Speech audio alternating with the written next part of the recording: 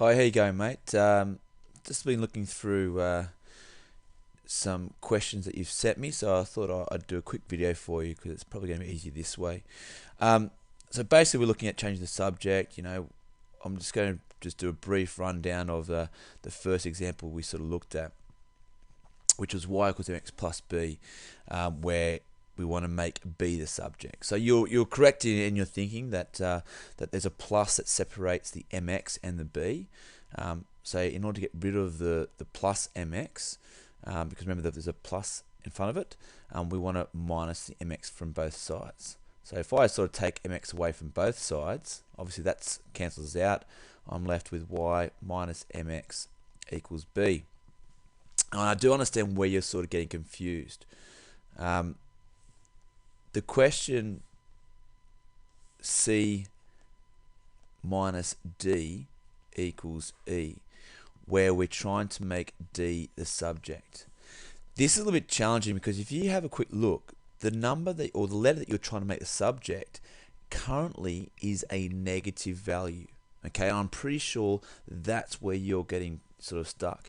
If I had the question c plus d equals e, it'd be much easier because if I simply take the c away by minusing it, we then are left with d equals e minus c, and that's what you were sort of getting. Okay, that's where you see here you get d equals e minus c. But the problem is in this question, these two questions are different. This is c plus d, this is c minus d. So if I sort of do it that particular way and I take the c away and take it to this side, I actually have minus d is equal to e minus c. Now the problem is I've got minus d, not positive d. The very easy, or the easiest way in my view, in order to make the left-hand side positive, I just change the sign. But if I change the sign on the left-hand side, I must change the sign on the right-hand side once.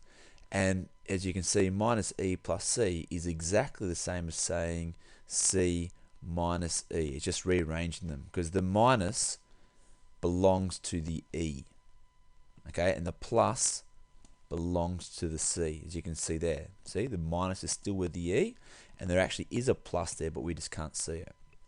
The other way to sort of look at that question, if we have minus, if we have c, I guess c minus d is equal to e. If you don't like that sort of way, a lot of people I know often get rid of the d first of all and turn the d to the right hand side. If I do that, you can see now having c equals e plus d, now the d is positive. So how can I change the e to the left hand side? Well, we take it away and we're left with c minus e is equal to d, which is exactly the same as what I've got on this left hand side. Okay, d equals c minus e, c minus e. So again, the difficulty where you're having is the fact that you're trying to find or make the subject of a negative letter.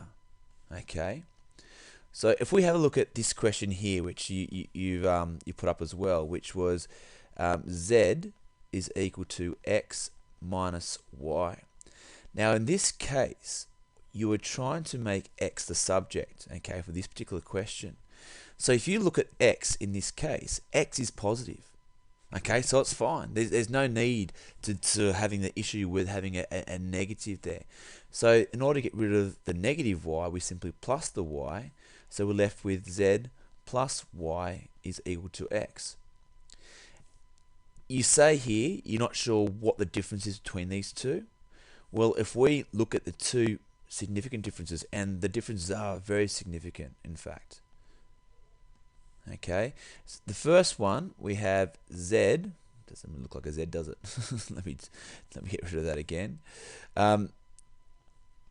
We have z equals x minus y, and the second one we have e equals c minus d. Now they look exactly the same, and in theory they are exactly the same. However, in the z equals x minus y, you're making the x the subject. And you notice that x is already positive. Whereas in the second one, you're making the d the subject. However, The d in that situation is a negative value. Okay, the d is negative. So I guess if you were finding the negative y, then it'd be exactly the same as doing the right hand side one. So if I look at this question, again, the x is already positive. So if I take the y across by plussing it, we get the z plus y is equal to x. However, for this question, if I'm taking the c across and taking the c away, we get e minus c is equal to minus d. So you can see that I haven't solved this. I haven't made d the subject yet because d is currently negative. So if I want to make that a positive, by putting that as a positive, we can just change all the signs, which means that in this case, c minus e is equal to d. Again, I've just rewritten it by putting the positive c first, but that having it as minus e plus c is still exactly the same. So again, I can understand exactly where you're going wrong, but it's pretty much on that negative one. Okay, so for again, if I was making for this particular question, if I was making the y the subject, for example, okay, say I've got z is equal to x minus y. Let's say we wanted to make y the subject, not x. Okay, so in this particular case, sorry, if I took the x across and made it z minus x, we get z minus x is equal to minus y. Now we don't have y as a subject, we have minus y. So if I want to make it all positive, we simply make that a positive, and we make that a negative and that a positive. Okay, and so we've got minus z plus x, or if you rearranged it, x minus z equals positive y. Now, it's probably not my favorite way of doing that particular question, unless you know what you're doing. So what we're going to look at here is just going to do z is equal to x minus y. The way I look at it, if you're making y the subject, you want it to be positive. So by doing that, because it's currently negative, we're going to add it to the left-hand side. So I get z plus y is equal to x. And now in order to get the y by itself, because y is positive, we can take the z across. And we're left with y is equal to x minus z. Again, that is different to this question here, because this question it wanted x the subject and x was already positive. But in this particular example, if we're looking for y is negative. So that's the only thing you're getting wrong. You got the right concept, okay, you're putting them to the right correct sides and you got the right idea behind it.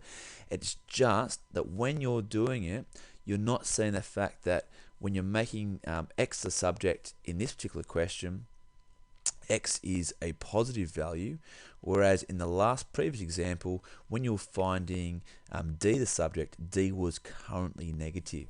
So just one last time, if I'm making d the subject here, okay, my better way that I like to look at it, I take d to the left hand side, the opposite of minus d is plus d.